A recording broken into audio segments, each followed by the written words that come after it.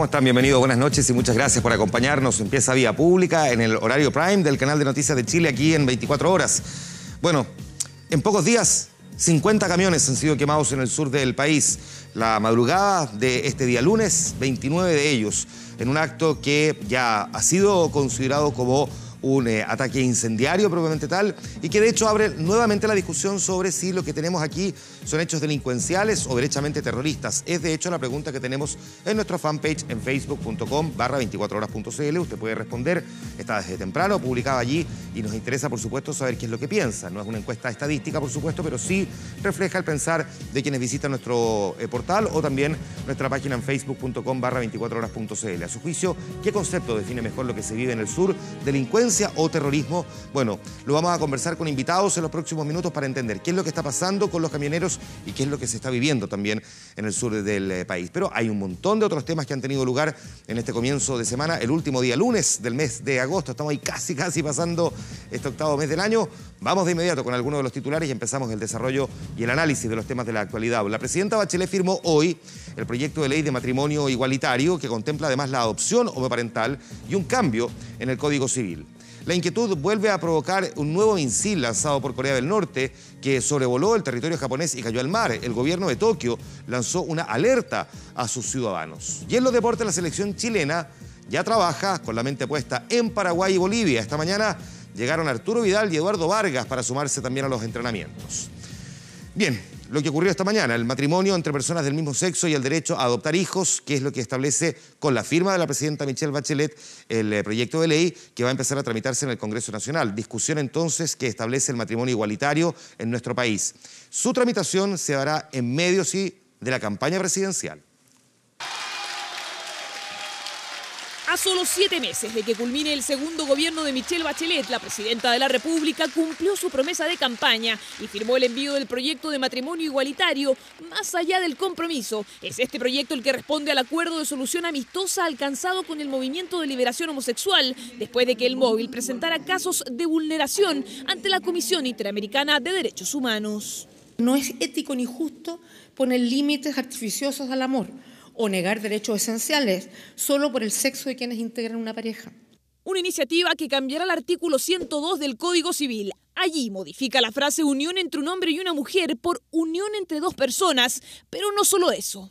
Un niño o niña podrá ser adoptado indistintamente por un matrimonio heterosexual u homosexual por el solo hecho de ser cónyuges, sin necesidad de modificar la ley de adopciones. Matrimonio homosexual con derecho a adoptar hijos, que además elimina la conducta homosexual como causal de divorcio y proporciona planes de reproducción asistida. El proyecto de ley que firma la Presidenta de la República cumple con todas nuestras expectativas. Esperamos que la tramitación sea lo más rápida posible y queremos agradecer profundamente la voluntad de la Presidenta. Un proyecto que no deja indiferente a nadie, tampoco a los candidatos presidenciales, pues la tramitación de este proyecto se produce en pleno proceso electoral. Estoy absolutamente abierta a discutir. Creo que lo que tiene que guiar esa discusión es el sentimiento o relación entre personas que se quieren, y respecto de los niños, el cómo buscamos la mejor alternativa para su cuidado. Y eso siempre va a ser en una familia más que en una institución. Dar a conocer nuestro entusiasmo y apoyo incondicional al apoyo del proyecto de ley que ha presentado hoy la Presidenta de la República. Prometemos aquí mismo el voto favorable de un proyecto que incluya matrimonio igualitario, derecho a adopción homoparental o lesboparental, derechos filiativos. El matrimonio debe ser entre un hombre y una mujer, que los niños, por su propio beneficio, sean preferentemente adoptados por parejas en que exista la figura del padre y la figura de la madre. El sector político que respalda a Sebastián Piñera admiten posturas divergentes. Pretender hacer o señalar una postura única en esta materia es dinamitar una coalición. Al menos nosotros como Amplitud vamos a poner todo nuestro empeño para que este proyecto se convierta en ley de la República. De aprobarse con mayoría simple en ambas cámaras del Congreso, Chile podría convertirse en el 5º país de Sudamérica que establece el matrimonio igualitario con derecho a la adopción de hijos. Un debate que, sin embargo, se anticipa bastante álgido y considerando que quedan pocos meses para que termine el trabajo parlamentario. No hay que olvidar que en el caso del Congreso, a diferencia del Gobierno, no trabajan en el mes de febrero, por lo tanto son solamente 6 meses, los 4 que quedan de este año, 5 meses en estricto rigor, los que podría tener como labor para que veamos si es que la iniciativa logra salir adelante. Hay que agregar adicionalmente otra cosa. Se han enviado varios proyectos de ley en estas últimas semanas. El que modifica el sistema de pensiones, también el que establece una nueva ley de inmigrantes, ahora el que establece el matrimonio igualitario con posibilidad de adopción por parte de parejas del mismo sexo. Y ojo, porque en octubre ingresa también a tramitación el proyecto que establece la nueva Constitución o las modificaciones constitucionales que hay que hacer para poder continuar adelante con ese proceso de nueva Constitución. Algunos dicen demasiado ambicioso en materia de agenda legislativa. Bueno, veremos. Es muy probable que además en época de campaña, no solamente presidencial, sino que también parlamentaria, los incumbentes, es decir, los actuales legisladores, vayan fijando posiciones respecto de estos temas, pero también considerando que tienen que responder al interés de sus propios electores. Esto, sin duda, que se va a volver muy interesante en los siguientes meses. Me quedo con esta frase ahora. Hay algunos que no tienen el crecimiento como prioridad. Son palabras del ministro de Hacienda, que irrumpió en el debate por el proyecto Dominga y se sumó a las críticas por el rechazo a esta iniciativa. Declaraciones que evidencian el quiebre que hay al interior del gabinete, al menos respecto de esta materia. En mi caso tomé la decisión de no participar de la decisión precisamente porque mi posición siempre tiene que ser fundada. Creo que no hemos tomado el tiempo necesario y lamento que se hayan tomado algunas decisiones en forma apresurada. Que no hubo tiempo suficiente, que se tomó una decisión a la rápida. Las críticas al rechazo del Comité de Ministros al proyecto minero Dominga vino desde el gobierno.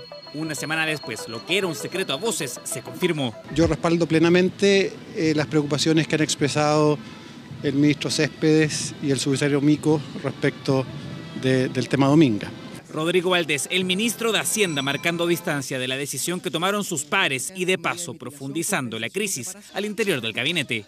Yo constato que algunos no tienen el crecimiento dentro de las prioridades más altas y les cuesta a veces tener una compatibilización de eso con otros objetivos que son muy importantes también, y eso ciertamente hace más difícil nuestro trabajo. Trabajo que busca reimpulsar el crecimiento. El proyecto Dominga se traducía en 2.500 millones de dólares en inversión y en la creación de más de 1.500 empleos permanentes en la región de Coquimbo. Declaraciones que el ministro de Medio Ambiente y presidente del comité que tomó la decisión respondió así. El Comité de Ministros tiene una finalidad que es evaluar proyectos en virtud de su cumplimiento de normativa ambiental y al no cumplirla fue por eso que fue rechazado el proyecto. El ministro, pero se confirma el quiebre dentro del gobierno finalmente, hay dos posturas. No, definitivamente acá hay un Comité de Ministros que falla en virtud de lo que antecedentes que se presentan, por tanto, más allá de eso no hay más que agregar. Y el gobierno tampoco quiso abordar la polémica este lunes. No hubo vocerías y el ministro del Interior no tuvo espacio para responder sobre el tema. Y aunque Valdés aclaró que respalda y acata la determinación... Eso no significa, sin embargo, que la institucionalidad esté funcionando bien, y en esto tenemos responsabilidades los ministros. Declaraciones que evidencian y profundizan el quiebre al interior del gabinete tras el repentino y cuestionado rechazo al proyecto Dominga. Digamos que esas últimas palabras del ministro de Hacienda van en directo choque con las afirmaciones que hizo Mahmoud Alewi hace algunos días cuando, en su calidad de ministro del Interior subrogante, Mario Fernández, ministro del Interior, estaba reemplazando a la presidenta Bachelet de gira por esos días, establece que debe ser acatado, pero eso no significa, como bien dice el ministro de Hacienda, que efectivamente la institucionalidad sea la correcta. Son dos miradas completamente distintas. Lo que hay que preguntarse es por qué tuvo la necesidad el ministro de Hacienda, cuando ya habían pasado varios días, de tener que volver a poner el tema sobre la mesa. Es evidentemente una señal comunicacional, es un gesto político también, uno podría interpretarlo eventualmente en defensa del actual ministro de Economía o de su propio subsecretario. Sí, es una posibilidad, pero es simplemente una lectura en términos de interpretación o de análisis, pero no hay confirmación del por qué decide hablar ahora. Lo que sí es cierto es que, visto la apelación que presenta Andes Iron, que es, digamos, el proyecto o la empresa que está detrás de este proyecto, es muy probable que paradojalmente tenga que volver al Comité de Ministros en algún momento, si es que se vieran las lógicas de los resultados. No se hablaron, solo se miraron en el comienzo del juicio oral del caso Heger en Puerto Montt, los dos implicados del crimen de esta contadora, el viudo Jaime Anguita y el supuesto sicario, que se volvieron a encontrar. Ninguno de los dos quiso hablar, pero las diferentes versiones relataron las tesis de un crimen que a 7 años de ejecutado todavía deja un montón de dudas. Puerto Montt, por esencia tranquilo, ciudad que hoy se vio convulsionada por lo que sucede en tribunales. Antes de las 8 de la mañana, Jaime Anguita y José Heriberto Pérez fueron trasladados por Gendarmería al primer día del juicio en el caso Heger. Nuevamente se dieron a la cara, nuevamente se sentaron uno casi al lado del otro, imputados como el autor intelectual y el presunto sicario del asesinato de la contadora de Puerto Varas. La Fiscalía postula un parricidio y un homicidio calificado centrado en la figura del viudo Jaime Anguita. Le pide a las personas que no cooperen con la policía. A la semana de desaparecida su cónyuge, dice que ya hay que normalizar la situación y volver a retomar la vida. Mientras doña Viviana aún estaba desaparecida, envía a sus hijas de vacaciones al norte y saca a la policía de su casa, los expulsa y se queda solo en el lugar. Pide luego que la investigación se cierre. La única persona con la cual Viviana Heger tenía un conflicto, y además terriblemente sin saberlo, era con Jaime Anguita. Con ninguna más. 7 años han pasado desde que Viviana Heger desapareció y poco más de 2 desde que el carpintero José Heriberto Pérez confesó haber sido contratado por Anguita para hacer desaparecer a Viviana, a quien según él conocía y estimaba por las veces en que trabajó en la casa del Parque Stoker. ¿Se pretende convencer a este tribunal, su señoría, de que mi representado le habría encargado el homicidio de su mujer a un tercero, pero durante toda la investigación no han sido capaces en ponerse de acuerdo en el móvil que habría tenido mi representado para justificar una decisión tal? Hay elementos que indican que José Pérez siempre miente, lo dicen sus familiares, lo dicen sus cercanos. Miente para figurar. Más de 80 testimonios que se presentarán en estrado, como el de la ejecutiva bancaria, quien estaba con Anguita al momento del llamado del supuesto secuestro y que escuchó una palabra clave que da cuenta, según la Fiscalía, de que se trataba de una conversación planificada entre el viudo y el sicario, su hombre de confianza. Tengo a tu señora y al final yo escuché, llámame. En realidad no recuerdo mucho porque tanto tiempo que ha pasado. Pero usted recuerda ese llámame. Sí, recuerdo ese llámame. Ese llámame fue también como intimidador. Intimidador, una voz fuerte y amenazadora. ¿Qué hace don Jaime Anguita en ese minuto? Dice que fue una broma y quedó tranquilo y seguimos conversando. Testimonios que dan cuenta que lejos de estar en el desconocimiento, Anguita sabía que su mujer tenía una relación extramarital y que esa pareja incluso quería hacerse cargo de las 2 hijas de Viviana. Declaraciones que sumarán como pruebas en el caso, pero que no son suficientes por sí solas para llegar a una condena. Primer día donde Anguita y Pérez guardaron silencio, este último por temas de salud. Durante esta semana se espera que declare quién es testigo y víctima de este caso, la hija mayor del matrimonio Anguita Heger. Desde Puerto Montt, este fue el informe para 24 horas de Rafael Araya y Lorena Concha. Vamos avanzando en otras materias también. La ocasión hace al ladrón y en el caso del Metro de Santiago la oportunidad la dan los tumultos, las aglomeraciones, los frenazos también y la distracción de los propios pasajeros que van mirando el celular. Carabineros ha identificado a más de 400 lanzas que operan en el tren subterráneo y también tiene claro sus principales técnicas para robar.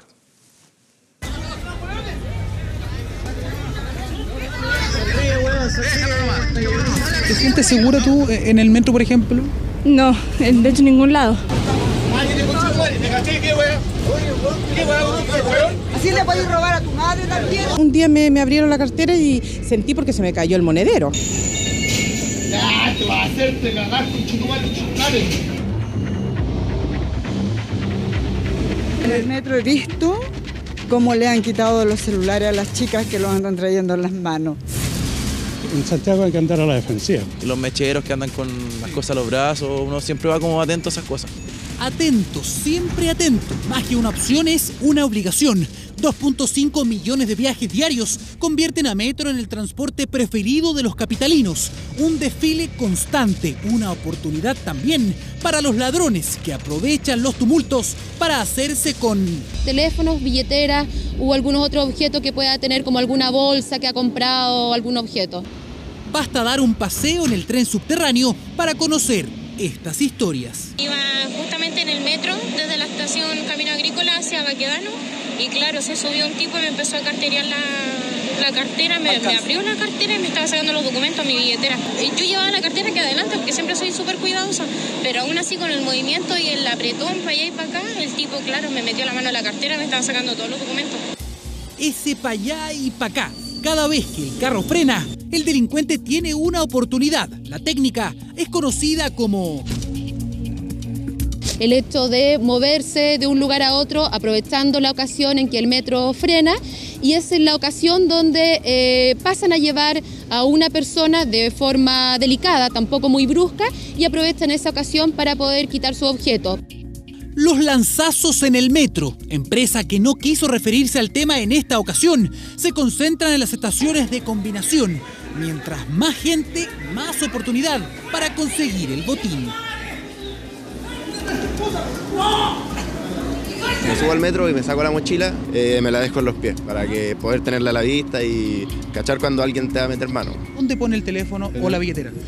En el bolsillo interior del pantalón porque ya ha sido robado una oportunidad desde la chaqueta. Pero tiene un anillo en mi teléfono, entonces evita que se caiga, por ejemplo.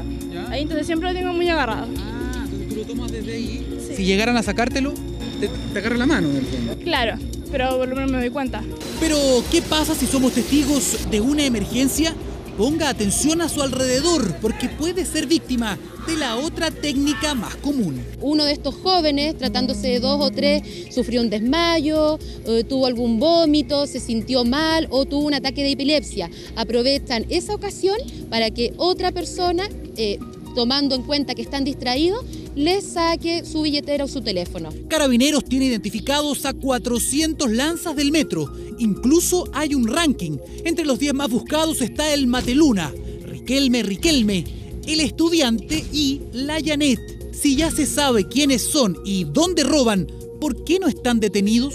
Nos encontramos en muchas ocasiones con que damos con la persona que ha robado, ha sustraído algún objeto y no encontramos su propietario porque no se ha hecho la denuncia respectiva.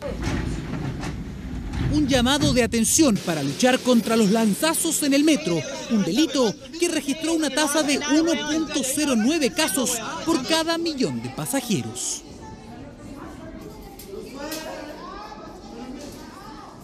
Bien, vamos a ir a la pausa comercial. Les tenemos pendiente todavía, entre otros temas, que relatarles esta prueba de misil que realizó hace algunas horas Corea del Norte. Ya vamos a ir con esos detalles. Antes de la pausa, ¿te gustaría tener esa tranquilidad de navegar sin que se te acaben los gigas? Bueno, cámbiate a BTR Móvil y disfruta de sus nuevos planes con más gigas libres para usarlos en lo que tú quieras. Pórtate con tu equipo y obtén un 30% de descuento para siempre. Aprovecha el plan de 10 gigas, solo 13.993 pesos mensuales. Si eres cliente, disfrútalo. Si no, pórtate en btr.com. Con BTR Móvil, vívelo en gigas. BTR, vívelo hoy.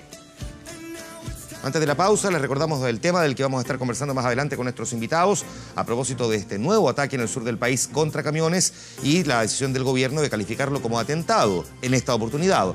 ¿Usted cuál diría, qué concepto define mejor lo que se vive en el sur? ¿Delincuencia o terrorismo? Bueno, nos puede responder en facebook.com/24horas.cl con alguna de esas dos opciones. Si nos quiere ir comentando, también lo puede hacer con el hashtag Vía Pública a través de Twitter. Por lo tanto, así nos vamos a la pausa. Allí atrás está el set donde vamos a conversar más adelante con nuestros invitados. Nosotros volvemos al tiro. Espérenos.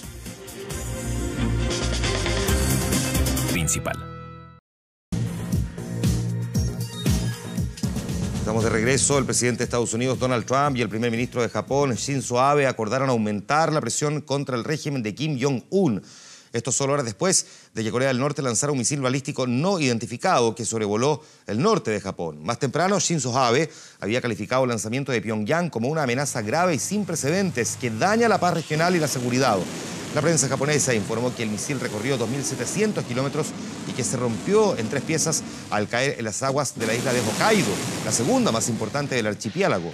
Esta acción de Corea del Norte se produce días después de que Pyongyang probara 3 misiles de corto alcance que fueron considerados como una provocación por parte de Estados Unidos y también por parte de Corea del Sur, que así también lo calificó.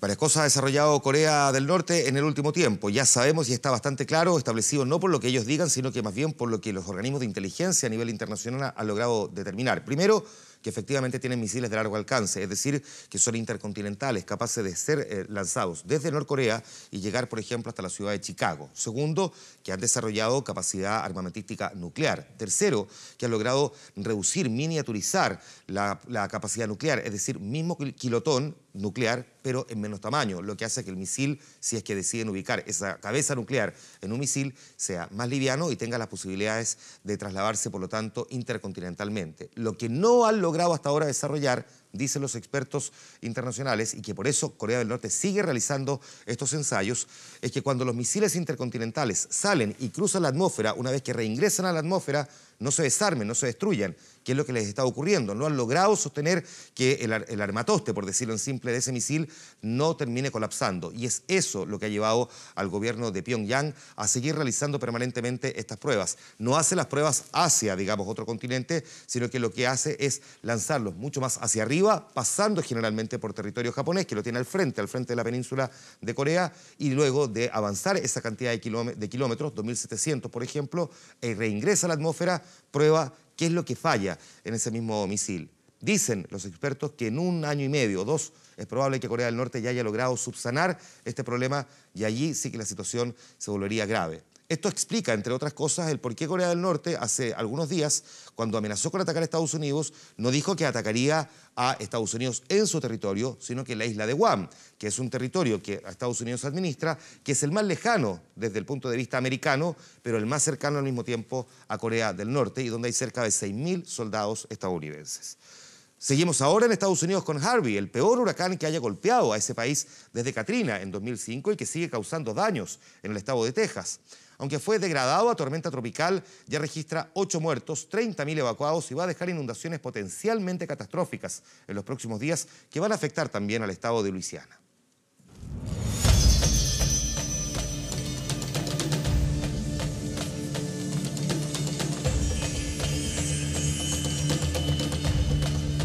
No hay rincón de Houston que no haya quedado sumergido. La cuarta ciudad más grande del país es la zona más afectada en el estado de Texas por el paso de Harvey.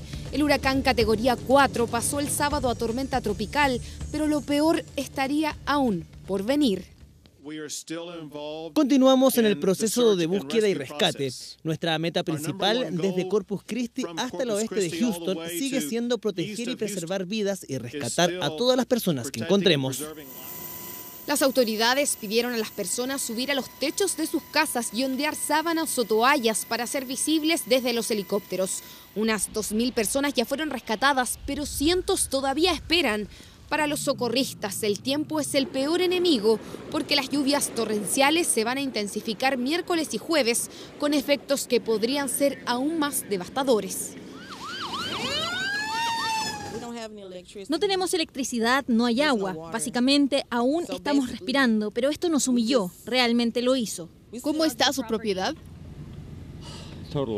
Pérdida total. El techo se voló y se mojó el entretecho. Eso empapó el piso de arriba y cuando el piso de arriba se mojó, todo derrumbado. Los vientos de hasta 215 kilómetros que golpearon el viernes a Texas destruyeron varios pueblos como El Refugio. Se estima que unas 30.000 personas llegarán en las próximas horas a los albergues de todo el estado. En algunas zonas de Texas han caído hasta 700 milímetros de lluvia desde el viernes, lo que se podría casi duplicar en el resto de la semana, aunque en medio de la tragedia algunos se han tomado el golpe de la naturaleza con humor.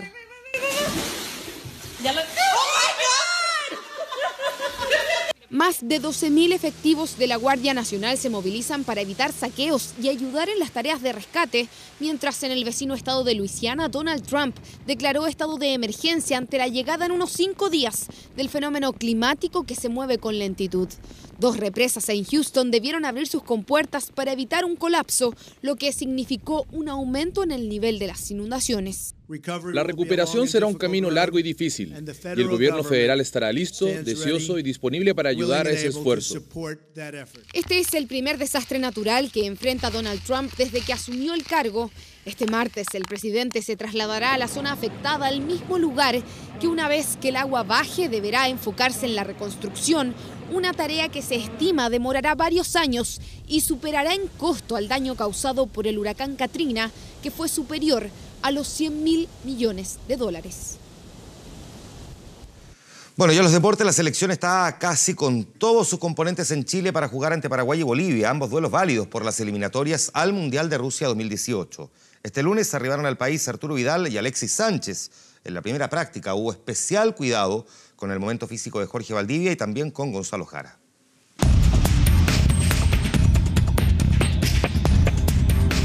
Cerca de las 8 de la mañana, movimiento en el aeropuerto y el auto de Arturo Vidal que aparecía en acción. Su guardia, el venezolano Gabriel Marrero, estaba listo. Igual que algunos familiares, todo indicaba que el rey ya estaba en territorio chileno y pedía cuidado a la prensa. Pero cuidado con el vidrio, Todo a salvo y lo primero era preguntar si estaba atento al fallo del TAS. El TAS no me importa mucho, lo importante acá es ganar los puntos que quedan en cancha y clasificar tranquilamente. Del aeropuerto había que apurarse porque a las 11:30 había entrenamiento en Juan Pinto Durán, donde el rey nuevamente se reunió con sus compañeros y el cuerpo técnico. Pizzi saludó a Vidal y a todos los jugadores que tuvo a disposición. Luego tuvo una charla con el capitán Claudio Bravo y después a entrenar, a correr un poco para que los jugadores se sacaran las horas de viaje. La Roja, casi completa, ya piensa en Paraguay. No, un partido de verdad que una revancha. Para mí va a ser una revancha porque cuando fuimos a jugar allá ellos realmente celebraron como si habían sido campeones del mundo, pero bueno, ahora nos toca a nosotros de local y esperamos dejar los 3 puntos en casa. Este es el debutante gimnasio que instalaron en Pinto Durán para La Roja y parte del plantel realizó trabajos físicos. En el primer entrenamiento no exigieron a Gonzalo Jara ni a Jorge Valdivia con algunos problemas. El retorno del mago fue la gran novedad de esta nómina. Bien, me alegro. Es un amigo, es un jugador que le faltaba ritmo y Colo-Colo lo está teniendo, así que me alegro mucho por él y por el equipo. Creo que es un jugador muy importante. La selección paraguaya de a poco ha ido llegando como Oscar Romero de Alavés de España. Los guaraníes tienen 18 puntos, 5 menos que La Roja y no pueden ceder ninguna unidad si es que quieren seguir soñando con Rusia 2018. Más que especial es importante por lo que nos jugamos, creo que ya las posibilidades nuestras están ahí, ya no hay que cometer ningún error, así que bueno, nosotros venimos con toda la ilusión de poder hacer un gran partido. Tras la práctica, a la salida de los jugadores se pudo ver un poco a Alexis Sánchez, que llegó sorpresivamente a unirse a La Roja, que ya piensa en los duelos ante Paraguay y Bolivia.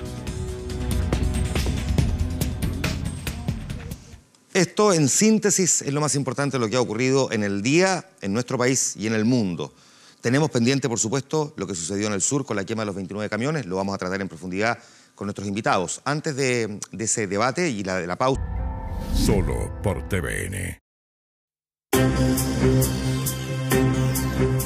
Es el ataque incendiario a camiones más grande que se haya registrado en el país. 29 máquinas que fueron destruidas por encapuchados que usaron antorchas para prenderle fuego mientras amenazaban al guardia de la empresa. Un atentado que abrió una disputa sobre a quién corresponde garantizar la seguridad en estos casos. El gobierno, en tanto, anunció que va a presentar una querella por ley antiterrorista.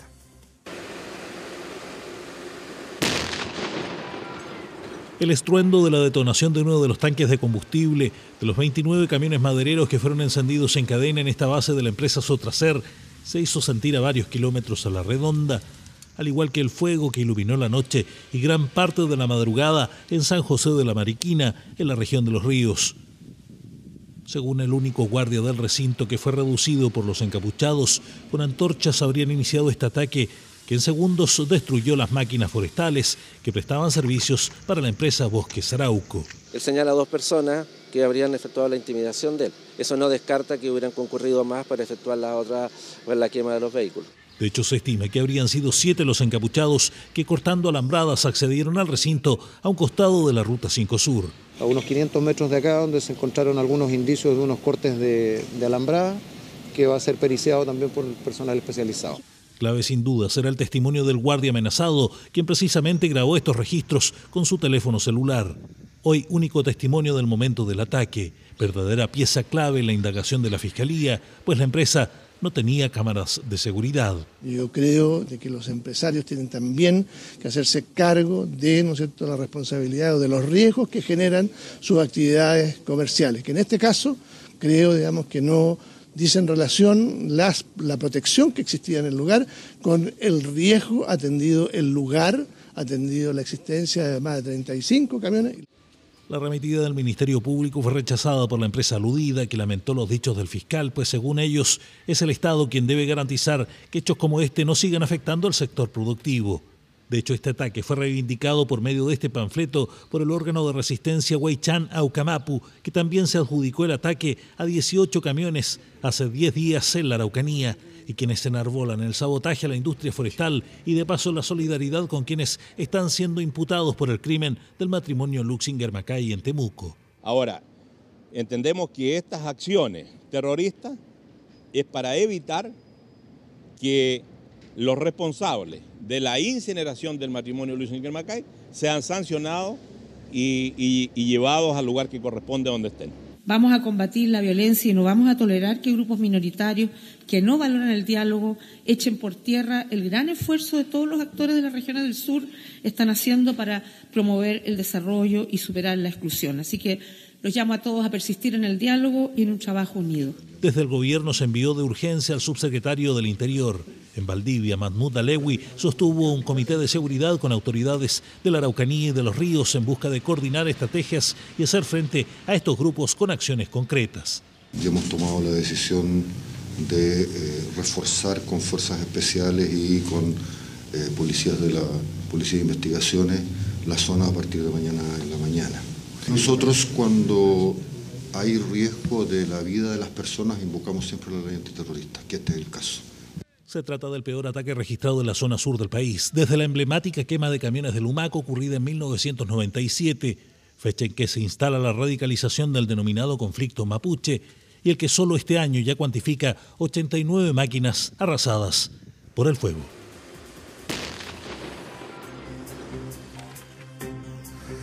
Bueno, vamos a conversar con, y les presento de inmediato a nuestros invitados, Sergio Pérez, presidente de la Confederación Nacional de Transporte de Carga de Chile. Sergio, muchas gracias por estar aquí, bienvenido, buenas noches. Muy buenas noches, gracias a usted. Gonzalo Fuenzalida, diputado de Renovación Nacional, integrante de la Comisión de Seguridad Ciudadana, un hombre que conoce además bastante bien el tema. Gracias, Gonzalo, por estar aquí, bienvenido, buenas noches. Muchas gracias, buenas noches.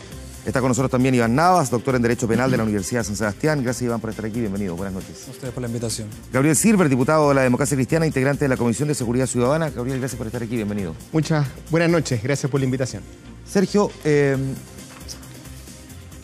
gustaría primero su reflexión en términos generales sobre por qué ocurren sistemáticamente este tipo de hechos. Sistemáticamente están sucediendo en episodios de esta naturaleza. Hemos tenido en los últimos días un total de 50 camiones, pero no es algo inusual. Esto ha ocurrido en otras oportunidades y viene sucediendo. En su interpretación, ¿el por qué se los están quemando?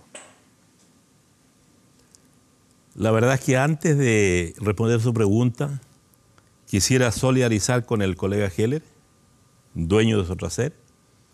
Hace pocos días le quemaron a un asociado nuestro, Ramón Aranzasti, dueño de Transporte Calafquén. Y anteriormente nos habían quemado muchos camiones más, pero cuando nos quemaron 7 camiones, fuimos a La Moneda. Estuvimos con el ministro del Interior y con el subsecretario 2 horas explicando que esta situación, aproximándose el juicio del matrimonio, de la incineración del matrimonio de Luxinger-Macay, apuntaba a que estos actos terroristas iban a aumentar. Y salimos absolutamente decepcionados porque encontramos que no había voluntad del gobierno para resolver, para minimizar, para disminuir. Mira lo que pasó. Fue el subsecretario, reinauguró las cámaras de televigilancia y le dijo al país, después de esta reinauguración y con la vigilancia de Carabineros, no van a haber más actos terroristas en la carretera principal, 5 Sur. A los pocos días, los terroristas a pocos kilómetros del cuartel central de Carabineros nos quemaron 7 camiones, agredieron a 2 conductores, un brasileño y un argentino. Y entonces tú me preguntas, ¿por qué ocurre esto? Porque aquí falta acción concreta de parte del gobierno. Ya, pero mi pregunta no apunta a cómo, ya vamos a hablar de eso, cómo responde el gobierno, sino por qué se producen estos episodios, quiénes están detrás de estos episodios, según usted, y qué es lo que pretenden. Es obvio que aquí hay agrupaciones terroristas que, haciendo uso del tema mapuche, de un problema que el Estado chileno no ha resuelto durante tantos años, y comete estos actos terroristas contra los camioneros porque tienen publicidad, tienen visibilidad. Esa es la razón. Pero obviamente que los camioneros hemos planteado permanentemente los problemas, los riesgos que hay, y mira las declaraciones que hay hoy día, si esto es muy grave. Usted se quiere comer el postre cuando ni siquiera vamos recién en la palta reina. Es que vamos a ir para allá, si no estamos apurados, así que por si acaso, salvo que usted se quiera ir, pero todavía nos queda mucho por conversar. Quiero pasar por todos en esta misma mirada también, en su mirada, diputado. ¿Qué es lo que pretenden los que están detrás de estos ataques? Porque, digamos las cosas como son, efectivamente se suele decir y mayoritariamente que son grupos radicalizados del conflicto mapuche, pero no es la única teoría que se pone sobre la mesa. Entonces, en su mirada, ¿quiénes y por qué? A ver, obviamente la última palabra la tendrá la Fiscalía desde el punto de vista investigativo, cuando ya el fiscal nacional partió con un paso en falso, esto de endosar la responsabilidad a los camioneros respecto a la seguridad de sus instalaciones. Esto es como con las iglesias que hemos tenido, que le echemos la culpa al pastor evangélico porque se quemó su capilla, o al cura párroco, o al director de la iglesia, en este caso por no cautelar, en este caso, una escuela. A mí me gusta la palabra de que esto es un acto terrorista, claramente, y creo que no hay que caer en la discusión semántica si es delictual o menos delictual, como buscando bajarle la connotación a este hecho. Aquí obviamente no se buscaba en caso alguno ni hurtar, ni hacerse en este caso de los camiones, se buscaba llamar la atención. Y allí obviamente la discusión eterna de que si este grupo, en este caso más bien organizado, que tiene conexión tal vez con la CAM, con la coordinadora Arauco Mayeco, es más bien de sustrato respecto a lo que es el mundo mapuche, que a mi juicio está lejos y en la antípoda, obviamente, lo que es la violencia, sino que más bien utilizan, obviamente, algunos grupos muy, en este caso, minoritarios, para llamar la atención. Y creo que hay una conexión evidente con que estamos a puertas o en la semana clave del juicio oral respecto al caso Luxinger-Macay. Creo que allí obviamente vamos a atender seguramente una de las aristas investigativas que va a generar tanto la policía como el Ministerio Público en este sentido. ¿Tiene la misma opinión, diputado, en seriedad? Aquí lo que se busca, yo concuerdo plenamente, aquí lo que se busca es demostrar poder, demostrar manejo de la situación, poder, infundir temor, intimidar, infundir miedo. Se acerca una fecha importante, que es un juzgamiento que se ha esperado por años, que ha habido mucha investigación detrás, había huelgas de hambre, presiones, y bueno, aquí están demostrando que ellos manejan la zona, que no le temen a las cámaras, que saben, conocen la ley, saben cómo pueden incendiar sin caer dentro de la lógica que establece la ley por delitos terroristas, están bien asesorados, bueno, muestran poder y infunden temor, infunden terror, y en el fondo es un mensaje al Estado de Chile para decirle, mire, nosotros podemos hacer lo que queramos, y no nos van a pillar, no nos van a juzgar y no vamos a parar en los tribunales. Y vamos a hacer esto de manera impune. Es el mensaje que vienen diciendo hace mucho tiempo. Esto no es que quemaron hoy día por primera vez camiones, quemaron hace una semana 18 camiones y sumamos 89 camiones este año, 50 o 60 camiones el año anterior y así, seguimos sumando y son camiones, iglesias, y van cambiando estas fórmulas dependiendo, cada vez buscan distintas fórmulas. Antes, hace un par de años atrás, se quemaban pequeños predios que dejaban en la quiebra absoluta al pequeño agricultor, le quemaban sus herramientas de trabajo y lo dejaban endeudado porque lo había comprado a crédito y por lo cual no podía seguir trabajando y tenía que abandonar la tierra. Después se traspasaron a las forestales, después se traspasaron a los camiones. Bueno, y así siguen buscando formas de manifestar su poder e intimidar y demostrar el poder que tienen en la zona, que no es solamente hoy día, lo más grave, que no es solamente ya un conflicto en una zona, en la Araucanía. Esto es la región de los ríos, a kilómetros de allá. Y también en Los Ángeles, en Santa Bárbara, mucho más allá también de la zona de conflicto. Déjame acercar entonces aquí en esta conversación, Iván. ¿Es simplemente una disquisición semántica o es mucho más profundo cuando se está debatiendo sobre si efectivamente esto es terrorismo o no es terrorismo? Bueno, hay un aspecto técnico jurídico que en primer lugar tendría que ser abordado de la siguiente forma. Si tú me preguntas, ¿esto es un acto terrorista? Yo te diría, sí, reúne las características que en el derecho internacional y en nuestra legislación requiere de acto terrorista, pero eso no implica que la quema de camiones sea un delito terrorista, y ese es el problema. En mi opinión, el Ministerio Público va a tener muy difícil de poder calificar este hecho jurídicamente como un delito terrorista. La quema de vehículos, pueden ser 100 camiones, 200, justamente no es uno de los hechos por los cuales la ley de actos terroristas establece que ese es un delito terrorista. Para hacerlo tendría que ser el incendio de un edificio, un tren, un buque o un lugar habitado. Pero la quema de vehículos, que podría incluirse en el artículo 477 del Código Penal, que deja una cláusula abierta a cualquier otro incendio, no de los señalados anteriormente, está excluida de la ley de conductas terroristas. ¿Nuestro problema entonces es cómo tenemos hecha la ley? La ley es insuficiente completamente. O sea, yo creo que nuestra legislación penal necesita una actualización urgente. Y esto no lo digo solo por la ley antiterrorista. El Código Penal chileno es de los códigos más antiguos del mundo, 1874. Entonces, cuando tenemos una serie de figuras que aparecen para problemas de la modernidad, decimos, bueno, ¿qué hacemos? Vamos al Código Penal y resulta que los delitos de ahí se escribieron hace 150 años o como la ley de conductas antiterroristas en el año 84, si no me equivoco.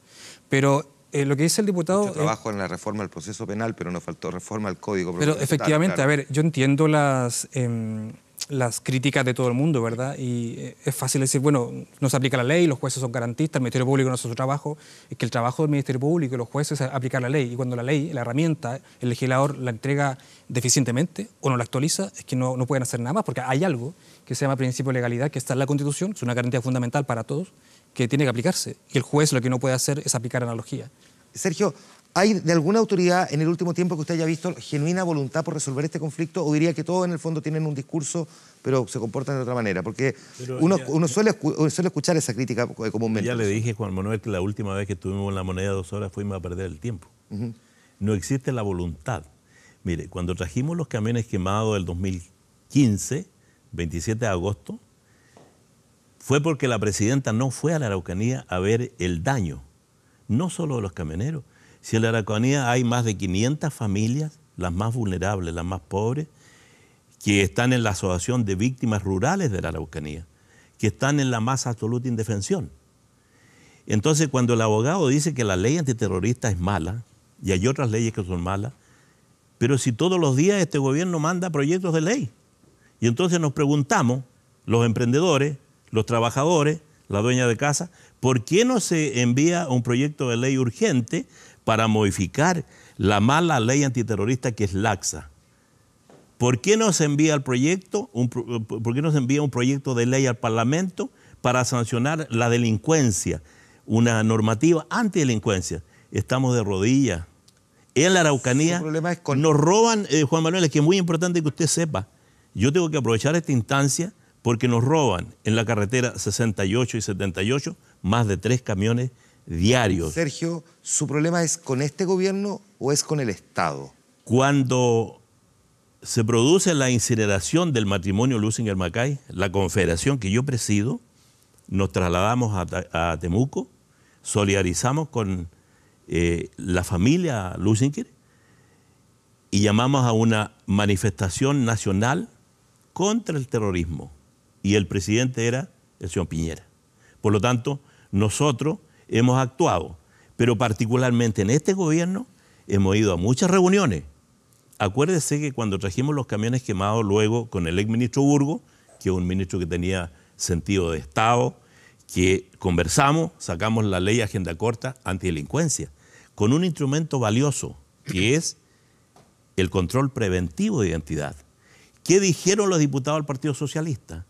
Que ese instrumento era tentatorio contra la libertad individual de las personas e iban a recurrir al Tribunal Constitucional. La pregunta es, que nos hacemos todos los chilenos, ¿esos diputados son antidelincuencia o prodelincuencia? Dejo de plantear la pregunta al frente, a los parlamentarios. Ahora, a nosotros esa respuesta nos la hace más bien fácil don Sergio, porque decir que los dos autores que están de lo que es el control preventivo de identidad están sentados al frente suyo. Fue el gobierno. Exactamente. Pero también señalar que a veces no todo entender que el Congreso es una cosa como de fast track en términos políticos, de que con una varita mágica o con un proyecto de ley el problema al día siguiente se soluciona. Yo quiero decir que, por ejemplo, el tema del nuevo Código Penal, hoy día básicamente una gran discusión entre distintos penalistas, porque tenemos efectivamente un comité respecto al nuevo Código Penal que hasta el día de hoy no se ponen de acuerdo del punto de vista si es más garantista o dónde están las prioridades del punto de vista de política criminal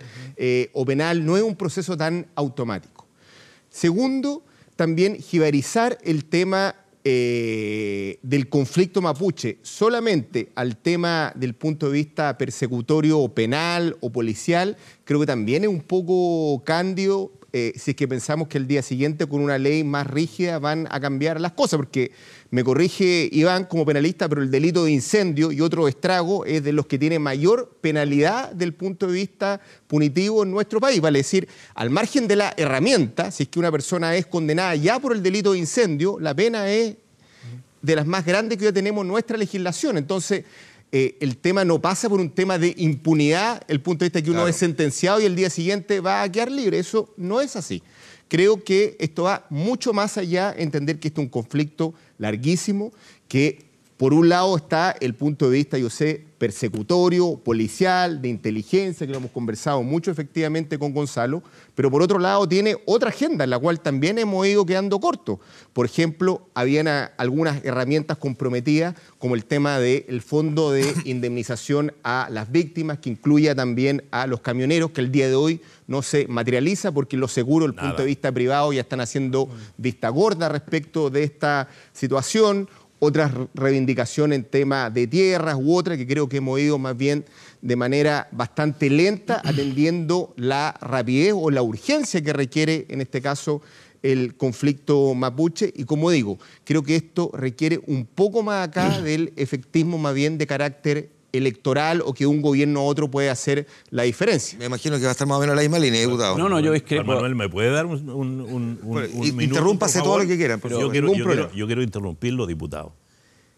Esto es un problema concreto, práctico. Ahora, yo estoy de acuerdo con usted que hay un problema del Estado de Chile con el tema mapuche. Pero no puede ser, porque póngase usted en el caso de los transportistas. Si usted fuera camionero, a la María Wilcán tenía 2 camiones. Wilcán, que no es alemana, ¿no? Por supuesto que no. Le quemaron un camión, le agredieron a su esposo, 2 hijos estudiando, quedó en la más absoluta indefensión. Socia nuestra. Pero por favor, obvio. Entonces, este es un problema que requiere una voluntad de hoy día, del gobierno, del Parlamento, de las instituciones del Estado, para restablecer el Estado de Derecho que se ha vulnerado. No lo digo yo, lo dijo el presidente Lagos. Yo estoy muy de acuerdo en eso, don Sergio. O sea, lo que digo yo es que solamente con más carabineros esto no se va a solucionar. Para que haya paz en la Araucanía y los defendidos que usted representa trabajen tranquilos, que es lo que todos esperamos, porque son trabajadores que se han endeudado, obviamente que el problema es mucho más completo. A eso simplemente es lo que la gente necesita una respuesta actual hoy en día. Sí, pero lo que dice Sergio hay que recoger, y yo estoy ahí, discrepo de ti, porque de alguna manera, digamos las cosas como son, la falta de voluntad de este gobierno ha sido absoluta. Primero que nada, el control de identidad, y como lo dice muy bien el diputado Silver, fue autoría nuestra, no venía en el paquete del gobierno, y nos costó mucho sacarlo y lo ganamos por un voto finalmente en el Parlamento. En segundo lugar, este gobierno retiró, apenas llegó, el Código Penal que había el presidente Piñera ingresado a la Cámara, al Senado, para empezar a discutirse. Sabemos que es así. Y en estos 4 años... Modificación del Código. Sí, bueno, un nuevo Código Penal, pero resulta que estos 3 años, ya casi 4 años... Mira, da lo mismo, pero el proyecto estaba... de un nuevo código, es que cuando fue ingresado a trámite en el Congreso. Fue ingresado a trámite y lo retiró el ministro, que hoy día es ministro de Defensa, el ministro de Justicia en ese minuto lo retiró porque... José Antonio Gómez. José Antonio Gómez, lo retiró. En tercer lugar, se presentó por el presidente Piñera. En tercer lugar, este gobierno prometió modificar la ley antiterrorista. Y en septiembre del 2014 ingresó al Senado una modificación de la ley terrorista. Y ahí quedó durmiendo. Nunca hubo urgencia, nunca hubo tramitación. Y por último, Sergio, perdóname, yo presenté hace un año un proyecto que establecía prerrogativa a los fiscales para tener agente encubierto, agente revelador, porque digamos las cosas como son. Hoy día los fiscales para investigar el terrorismo tienen más facultades para investigar a una banda que vende chatarra, o que roba chatarra, mejor dicho, y la vende, para perseguir el narcotráfico. Pero para perseguir el terrorismo no pueden contar ni con agentes reveladores, ni agente encubierto, ni es más. Solicitamos que incluso esos delitos terroristas se juzgaran en otro territorio jurisdiccional, porque sabemos las presiones que hoy día sufren los terroristas, o sea, los fiscales. Los jueces. Solicitamos también que los fiscales puedan venir de otros lugares a investigar, que las policías puedan venir de otros lugares. Bueno, ese proyecto en abril se votó en la Cámara de Diputados y lo perdimos también. Lo perdimos por un voto. Entonces yo le pido a la gente que está en su casa y que le indigna esto, bueno, que vea cómo votan sus parlamentarios. Porque muchos parlamentarios cuando van a su distrito se manifiestan en contra del terrorismo, en contra de la violencia, pero cuando tienen que votar en la Cámara, votan en contra. Votan a favor del terrorismo, votan a favor de la violencia. Y eso es lo que pasa en el Parlamento. Y cuando tú dices, ¿por qué no cambian las leyes? Bueno, porque no somos mayoría.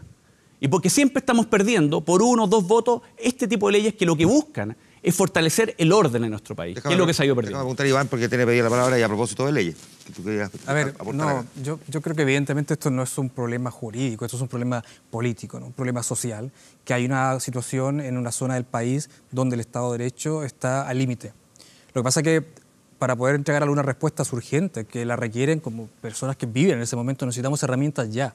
Y eso pasa por una modificación de la ley antiterrorista. Por ejemplo, a ver, enumeremos ¿qué herramientas, en tu mirada, perdona, para entender bien? ¿Qué herramientas? Sí, Mira, ¿qué dos herramientas cosas. necesitamos? Efectivamente, el gobierno retiró el proyecto del Código Penal, como dice el diputado, pero lo mismo hizo el gobierno anterior cuando había un Código Penal, un proyecto de Código Penal del gobierno del presidente Lagos. Cada vez que entra un gobierno, saca y presenta su proyecto. Entonces así no vamos a llegar a ninguna parte. Han habido 3 o 4 comisiones que cada vez que hay una elección, el gobierno nuevo llega y pone su proyecto. Entonces hay que ponerse de acuerdo. Un poco de razón, o sea, perdón, no razón de Estado, sino que de visión de Estado, ¿no? De institucionalidad, de que esto no puede ser el gobierno de turno. Estamos hablando de un problema que nos afecta a todos, independientemente de las ideas que tengamos. Y lo otro, yo creo que la ley, efectivamente, para los casos que tenemos ahora, es que es inaceptable que la quema de 29 camiones no sea un hecho terrorista. O sea, eso yo no lo entiendo. ¿Por qué?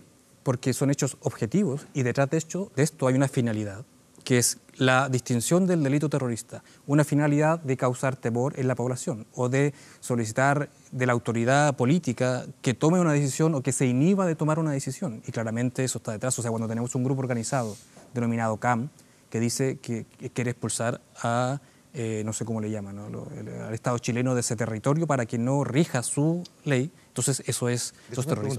Dame un segundo, déjame preguntarte al mismo tiempo, porque lo dijo Sergio al comienzo, y quiero introducirlo ahora como elemento adicional a esta discusión, las palabras del fiscal nacional, porque da la sensación de que esto ya no puede ser casi más literal, apagar el fuego con benzina, donde le plantea en el fondo que también los empresarios tienen que ser más cuidadosos de proteger su propia maquinaria. A ver, efectivamente, yo creo que lo que quiso decir el fiscal nacional es que sabemos que es una zona de riesgo. No es lo mismo estar viviendo, trabajando en esos sectores de potencial riesgo de delitos que aquí en Santiago, ¿no? Entonces, ¿qué pasa?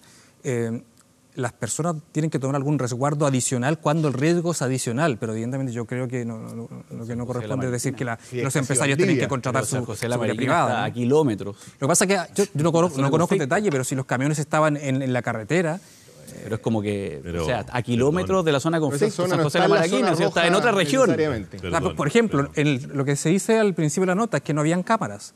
O sea, si sabemos que se cometen delitos, una medida mínima necesaria es tener cámaras. Pero todos los depósitos en Chile de camiones tienen cámara, porque la verdad es que San José de la Mariquina queda primero que nada en la región de Los Ríos. La región de Los Ríos ha tenido actos terroristas, que han sido algunas tomas de campo, pero nunca había tenido, este tipo de acto terrorista como lo que sucedió en la madrugada de ayer. Nadie se esperaba, yo creo, algo por el estilo. Déjame un segundo, diputado, que me interesa la opinión de Sergio aquí. Yo quiero decirle al abogado que estuve muy de acuerdo con su intervención anterior. Pero estoy muy desacuerdo con esta intervención suya, porque usted está interpretando las palabras del fiscal señor Chaguán. Yo he estado 3 veces en mi confederación. Perdón, Abbott. Yo he estado 3 veces con el actual fiscal nacional, el señor Abbott, y con el anterior también estuve. Le entregamos un dossier con casos concretos de robos y delincuencia con el abogado Guido Roja. Yo creo que las palabras del señor Abbott son absolutamente desafortunadas. No puede ser que él pretenda endosar una responsabilidad del gobierno, de las instituciones de la República, a nosotros, a los pequeños y medianos emprendedores, a los trabajadores. Esto es absolutamente inapropiado, en opinión no solo mía y no solo de mi confederación. He visto declaraciones prácticamente de todas las agrupaciones gremiales que las expresiones del fiscal son absolutamente inapropiadas. Esa es la verdad, pues. Diputado. A ver, yo no es que quiera ser majadero en esta mesa, yo sé que el punto de vista comunicacional hace la diferencia en términos de ser enérgico en rechazar la violencia, solidarizar con lo que acaba de ocurrir el día de ayer con el gremio del transporte. Obviamente creo que fueron desafortunadas. Bueno, ya ayer. O sea, usted va a cumplir casi 24 horas del pie. Del fiscal Abbott, pero de verdad quiero insistir. No todo pasa por el tema legislativo. Esto no es una discusión de decir efectivamente con tener una nueva ley, al día siguiente vamos a vivir más tranquilos. Pero tampoco poder decir, mientras más cámaras tengamos, vamos a estar más tranquilos. Por el contrario, me da pavor sentir que vamos a tener que poner una red de cámaras en toda la ruta 5 Norte, porque eso es la renuncia de que vamos a estar haciendo o transmitiendo seguridad a la gente. Yo voté el mismo proyecto tuyo, Gonzalo, en materia terrorista. Nos reunimos con el abogado Juan Pablo Hermosilla cuando se convocó a esta comisión para cambiar la ley que hoy día está en el Senado, y creo que efectivamente tenemos que tener una nueva ley por distintas razones, no solamente por lo que ocurre en la Araucanía. De hecho, casos de terrorismo hemos tenido en el metro, lo tuvo el presidente del directorio de Codelco, en este caso Óscar Landerreche. Este es un fenómeno además global y tiene una ley absolutamente desajustada. Pero quiero insistir que con la misma fuerza que tenemos que trabajar el tema de la seguridad, es parte necesariamente el tema de la agenda y asumir el tema de la Araucanía como una de las regiones más pobres en términos de abandono, en términos de lo que es la causa mapuche. Gústenos o no nos guste, tenemos que abordarla, el reconocimiento constitucional, porque de lo contrario van a ser temas que al final del día solamente van a ser policiales. Y yo me pongo de verdad un día en los zapatos, en este caso de quienes conducen los camiones, la sensación de temor evidente, porque el día de mañana ya no son las cámaras, ya no es tener el día de mañana tal vez hasta un funcionario policial por cada comitiva, en este caso, que existan de camiones. El tema, como digo, tiene que ver con un tema mucho más larvado que un gobierno a otro. Por eso me gustó cuando tú pusiste en contexto, ¿sabe qué? El tema de Luxinger-Macay fue el gobierno de Piñera. Y tal vez debimos haber tenido ahí tal vez una ley antiterrorista distinto, y si ponemos el número, yo creo que no es muy distinto el número de querellas que se han presentado en este gobierno que con el otro.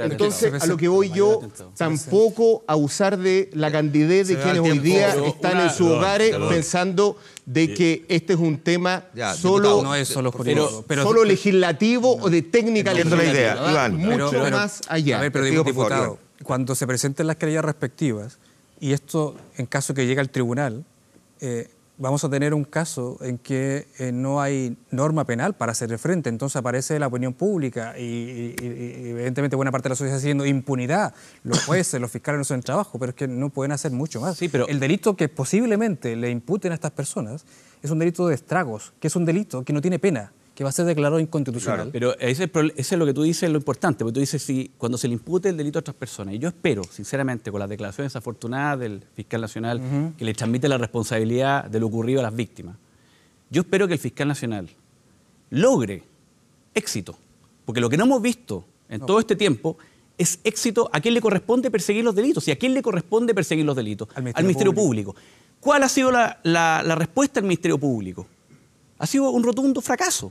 No han habido en estas células terroristas que están operando hace mucho tiempo detenidos que se lleven al frente de los tribunales suficientes pruebas para condenarlos. Entonces yo le pediría al fiscal nacional que, primero que nada, parta por pedir disculpas a todos los chilenos por la inoperancia que ha tenido en el Ministerio Público en este tema, porque la verdad, nosotros al fiscal nacional no podemos ni acusarlo constitucionalmente, ni siquiera podemos interpelarlo. Es intocable el fiscal nacional. El fiscal nacional puede estar 8 años hacerlo bien o hacerlo mal.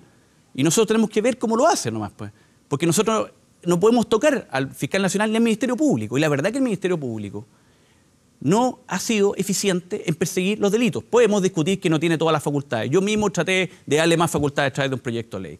Pero la verdad es que ha sido ineficiente en detener estas bandas y por lo menos llevarla. Entonces, cuando tú dices, la ley no nos va a acompañar, bueno, pero ni siquiera tenemos detenidos. Entonces, ni siquiera, ¿qué sacamos con mejorar todas las leyes, darle todas las facultades inclusivas que tenga el Ministerio Público a investigar? Pedir que haya más inteligencia, si finalmente no tenemos a nadie detenido. Si esa es la realidad hoy día, y lo puede decir Sergio, ¿cuánta gente de los 89 camiones que se han quemado han detenido? Este año, en este gobierno se han quemado 209 camiones. Pues, ¿cuánta gente hay detenida por eso? Pero mira, ¿Pero cuánta gente hay detenida? No hay ninguno. Bueno, diputado, eso es un fracaso absoluto del Estado. Que se me va el tiempo, así que Sergio. El tema es más simple. Mire, en el gobierno del expresidente Lagos, llamó al general Bernal y le dijo, general, quiero que me controle la Araucanía. Aquí tiene respaldo político y respaldo económico. No hubo hechos de gran connotación en la Araucanía durante esos 6 años.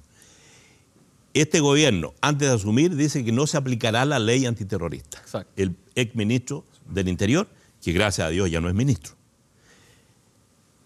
Cero apoyo político a la institución de Carabineros e Investigaciones de Chile.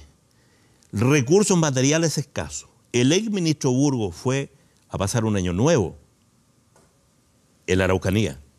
Estábamos trabajando con él, había varias señales, decía las zonas más apartadas podrían entregarse al cuerpo militar de trabajo para que se hagan caminos, se hagan obras de vialidad, que es muy necesario, más que necesario.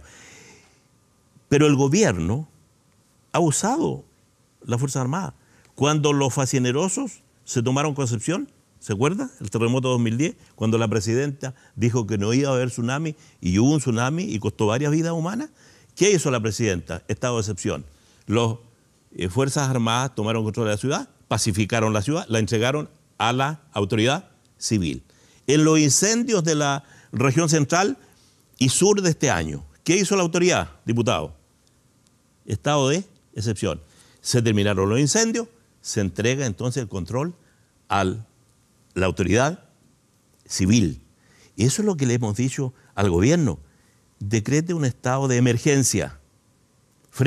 Pero no puede ser que sea normal que nos quemen esta cantidad de camiones si somos personas de trabajo. Entonces, aquí falta concreto, respaldo político, respaldo material a Carabineros e Investigaciones de Chile de momento y urgencia en modificar la ley antiterrorista. Aquí hay 2 diputados, se llevan la tarea para la casa, mañana. Está en el Senado. Mañana, pero si el otro día no quisieron legislar porque se incorporaba la gente encubierta. Si nosotros vemos las noticias, el gobierno de la nueva mayoría no quiere legislar para resolver esto. No, diputado, pero esto no es política. Diputado, 12 años, ahí perdóneme, le entrego la palabra al tiro. Pero hay que aquí falta voluntad política. Ya planteé el tema del control preventivo de identidad. Ustedes me dijeron, nosotros no somos responsables. Está bien, pero hay otro Sergio, responsable. usted le traspasa la responsabilidad a ellos que tienen el frente y por lo tanto queda como que ellos no quisieran hacerlo, Claro. así que diputado. No, yo lo que digo, y se lo vuelvo a decir, nosotros somos autores del control preventivo de identidad, que ya es ley de la República, trabajamos juntos con Gonzalo en lo que es... Sea autor de la nueva ley antiterrorista. Corta, participamos de la comisión que hizo el abogado Juan Pablo Hermosilla en su minuto, que hoy día está en el Senado en un proyecto que presentó este gobierno, y estoy de acuerdo con usted en algunas cosas. El gobierno tiene que poner prioridad del punto de vista de la urgencia a sacar adelante esta nueva legislación. Pero también decirle que con la misma fuerza con que tiene que haber una legislación moderna, eficiente, del siglo XXI en esta materia, creo que eso no es suficiente para entender que por arte de magia, con solamente más leyes, vamos a acabar con el tema de inseguridad que vive el sector al que usted va. Esa harina de otro costal, diputado. No, es que lo que me interesa es que la gente esté segura. Si esta cuestión no es un tema de leyes más, la ley otorga menos. El problema es cómo la gente que hoy día está arriba de un camión en la noche se sienta... A ver, usted pretende que nosotros mañana entonces decretemos un paro nacional para que se termine el terrorismo y la delincuencia. Pues, ¿eso es lo que pretende? Yo lo que digo es que vayamos más allá. ¿Qué es lo que es más allá, pues? No es un gallito con usted. Pero es tal vez abordar el tema de la seguridad. Yo le agradezco la comprensión, pero necesitamos acción, necesitamos medidas concretas. Bueno, diputado, pero conversemos las medidas concretas. Usted sea autor con su partido de la nueva ley antiterrorista, de una normativa antidelincuencia que el país la necesita. Todos los chilenos la necesitamos. Lo firmo aquí y ahora, pero eso no es suficiente para acabar con el tema de la Araucanía. A continuación resolvemos el problema del Estado. Pues ayuda bastante. Pero diputado, el problema político va a tardar años. No metamos el chivo con los porotos en el mismo saco. Aquí hay otros dos panelistas que quieren intervenir. Pero diputado, el problema evidentemente tiene razón. El problema político va a tardar años, décadas, pero necesitamos respuestas ya. Y esas respuestas no las tenemos porque los instrumentos que están en las manos de los entes e investigadores son insuficientes. A mí me parece declarar el estado excepcional la última medida a la que se debe recurrir. El estado de emergencia, si es posible. El estado de emergencia también me parece la última medida. A mí, perdónenme, pero creo que hay otras formas de hacerlo. El control preventivo, diputado, el control preventivo de identidad no ha servido mucho. Está haciendo una pregunta, yo se la contestar. Carabineros de Chile, Investigaciones de Chile, tiene un trabajo, se pegan el lomo, trabajan duro. No, lo que yo quería comentar es que... El fiscal... Sergio, te pido por favor respeto por el invitado que está hablando. Disculpa. No, a ver, yo también quería poder opinar algo también, pero yo creo que hay que tener cuidado que salga cualquier ley y la técnica que utilicemos, porque, claro, ustedes se van a gloriar del control preventivo de identidad. Ojo, del 100% de controles preventivos del último trimestre, por las cifras oficiales, el 3% ha conseguido el objetivo que se pretendía. Entonces yo no diría tampoco que es una ley exitosa. ¿Cómo una ser exitosa, por Dios? Pero es que, o sea, tú antes de esa ley no podías controlar a nadie. O sea, tú antes de esa ley no podías controlar. Y ese argumento... Perdóname. El objetivo de la ley no es controlar a la gente. Sí, el objetivo era controlar gente que estaba... Pendientes. Por eso, más de 13.000 personas detenidas. Pero si el 3%, por orden de detención pendiente. Eso para ti no es éxito. No, si no estoy en contra de la ley. Antes de que existiera esa ley... 61.000. Bueno, pero antes que existiera esa ley, esa gente jamás fue controlada. Pero yo estoy de acuerdo, ese porcentaje de acuerdo. Mire, ¿cómo no ser exitoso? Pero, o sea, tú me estás diciendo, antes no se podía... De a 8, estamos muy de acuerdo con Gonzalo. Diputado Silva, de a 8 el público no va a entender. La tasa de reclamo... Diputado, me das un segundo. Yo no quiero completa la idea y luego sigues tú. Diputado, no quiero cuestionar el fondo. Yo lo que quiero cuestionar es que si el objetivo se cumple o no. El objetivo es encontrar a personas con orden de detención pendiente. Pero del 100% que se han hecho el último trimestre, solo el 3% lo ha encontrado. Y en buena hora. Diputado, yo celebro... Sí, pero ¿a riesgo de qué? Yo celebro que sea el... Partida creo que no es el 3, el 5%. Pero yo celebro que sea el 3, el 5, el 7%, lo que sea. Yo celebro que hoy día el Estado de Chile y Carabineros, que no es cualquier persona de verde, que anda con un número, que anda con una chapa, que anda con una identificación, se puede acercar a cualquier chileno y preguntarle cómo se llama. Y se puede identificar. Eso fue peleado por gente que, como bien decía Sergio, decía que esto era aberrante porque era violar la libertad de las personas. Pero resulta que la libertad de las personas termina donde empieza la libertad de los otros. Y cuando estamos en un sistema donde no tenemos un marco delineado de manera permanente, donde podamos todos ejercer nuestra libertad, bueno, esto no funciona. El control de identidad es una herramienta que le permite al Estado establecer los márgenes y establecer los límites y controlar a las personas. Y gracias a eso se ha detenido a mucha gente que tenía orden de detención pendiente. Y una cosa... Pero si yo no estoy en contra de lo que pasa y lo que estoy totalmente ahí en desacuerdo, es que justamente necesitamos un marco legal en este tema. Porque hoy día, lamentablemente, el marco legal es difuso. Y cuando es difuso, bueno, pasa lo que pasó el día de ayer. Que las personas incendian aprovechando de la ley, no lo hacen con artefacto incendiario para que no les caiga la ley antiterrorista. De acuerdo, necesitamos una ley actual, porque la que tenemos es insuficiente, completamente de acuerdo. Está bien, pero eso, Sergio, perdóname, eso el liderazgo de eso lo tiene que tener un gobierno. Cuando el gobierno manda leyes, las deja dormir, no le pone urgencia, no le interesa, pero está preocupado otro tipo de leyes. Bueno, la verdad es que nada avanza. Nosotros legislamos en base también a las urgencias que nos pone un gobierno. Entiendo, diputado Fuenzalía, que el emplazamiento que hace Sergio no es en tanto a ustedes parlamentarios, sino en tanto a ustedes yo quiero explicarle a Sergio y a la gente que nos está escuchando que finalmente este gobierno se me fue el tiempo ya, de hecho te he pasado 16 minutos, así que le pido perdón, señor director. Muchas gracias, Sergio, por haber estado aquí. Gracias, Iván. Muchas gracias, diputados, por haber estado aquí. Buenas noches. Vamos a ver cómo avanza, sin embargo, este episodio, que lamentablemente nos ha dejado además con este saldo, que por supuesto que no prestigia precisamente a Chile. La pausa, ya seguimos con Vía Pública. No.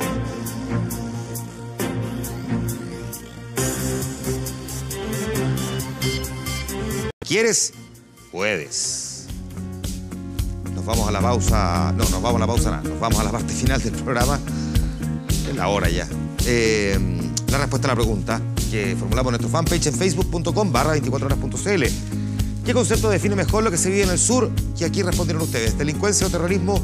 Así lo vemos. Delincuencia, 32%. Terrorismo, un 68%. Nuestro portal, 24horas.cl, destaca, entre otras noticias, que el fallo del Tribunal Constitucional sobre el aborto establece que la objeción de conciencia se amplía a un nivel institucional. No olvidemos que hoy día, en realidad en estricto rigor ayer, pues ya estamos a martes, se publicaban los fundamentos, los argumentos de los miembros del Tribunal Constitucional que conocimos la semana pasada.